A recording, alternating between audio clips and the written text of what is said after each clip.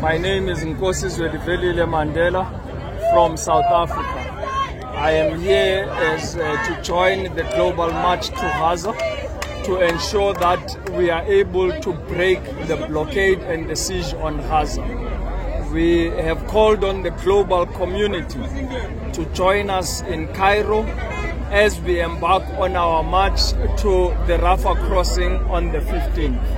And we are still today here in this toll gate calling not only on Egyptians, but the entire Maghreb region, the entire African continent, the entire Arab League of Nations, the entire Islamic organizations of cooperation, Europe, particularly the European Palestinian Network, and all those that are in solidarity with Palestine in Europe, in Asia, in Latin America, and of course in the United States of America. We have seen over 80 countries come together here, pledging their support to the Palestinian cause. And we plead with the Egyptian government that we are here to support what they have been calling for in the international media, that being an immediate ceasefire and allowing humanitarian aid to flow freely into Gaza. And that is our sole mission of being here. South Africans are not experts. We are simply drawing lessons from our own struggle for liberation. We are beneficiaries of international solidarity. Many across the SADC region, our frontline states, supported our cause and fought side by side with us. The entire African continent was inspired by my grandfather, His Excellency President Nelson Rolihlahla Mandela's tour in Africa in 16 countries, where he went to Botswana, Tanzania, Ethiopia. He was actually issued his first passport by Emperor Haile Selassie. He was then advised by General Tadisi Birru to study military tactics and strategy in Egypt and in Algeria. He visited Egypt and went to Algeria, where he received his military training. He had strong relations with the leadership of the Algerian Liberation National Front, such as Ben Bella, Boudiat, Boudieff, and Boumediene. And in this, he was able to mobilize Africa in support of our struggle for liberation. We also were able to ensure that we mobilized the entire global community due to our South Africans living abroad in exile. And in this case, we say to Palestinians that there are 7 million Palestinians in the diaspora. They are a formidable force to be able to utilize the electronic intifada and get the news directly into their communities where they are settled.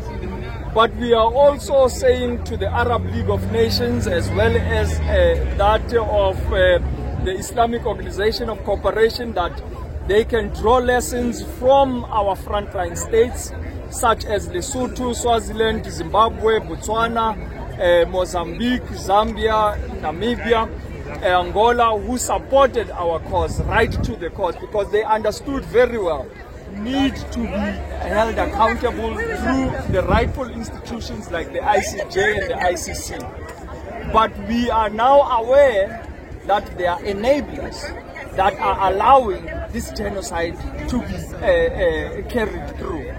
And we should now shift our focus into exerting pressure on those countries. I got my passport back after 5 hours of it being taken away, which is totally an unnecessity, because there's an immigration office at the airport where we were able to be given our visas and we were allowed entry into Egypt. Now, as tourists, we are allowed free movement into Egypt and to promote the beautiful country that this is and the beautiful hospitality of the Egyptian people. But we are rather being met with hostility and we are shown that we are not well received as this international community that is actually here to support what the Egyptian government has been putting in the international media, that they are calling for a ceasefire and they are calling for humanitarian aid to flow freely into Gaza. So it is totally hypocritical for them today to find ourselves in this situation that our passports are being confiscated and yet they have been given back and we have been stalled in this toll gate. Us being here, we have informed our embassies of the challenges we are facing. Many of those that were detained at the airport were released through the pressure that was exerted by our embassies.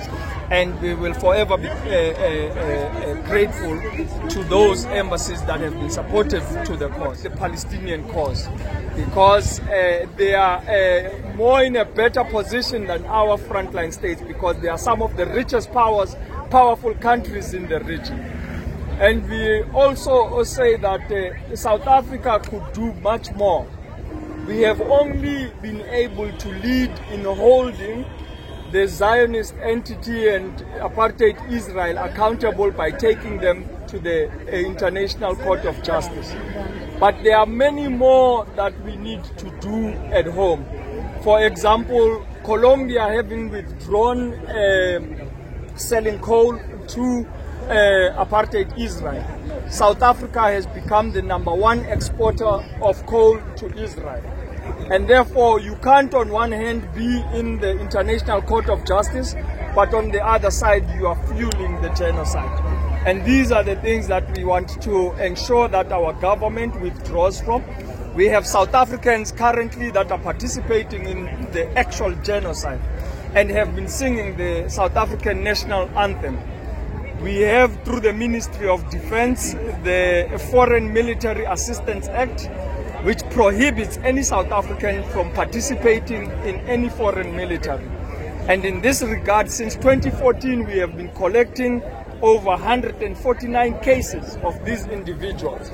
And we have called on the National Prosecuting Authority to arrest and trial and prosecute these individuals. So there is much more that can be done on the home front. And we, as solidarity movements in South Africa that are aligned with the Palestinian cause, because the founding father of our nascent democracy, His Excellency President Nelson Rolihlahla Mandela, made a commitment to the Palestinians in 1995 when he said, our freedom is incomplete without the freedom of the Palestinians. We are that generation that has picked up the baton to ensure that we liberate Palestine in our lifetime. You and I, together as a collective, we can realize that and make it a reality in our lifetime. Thank you.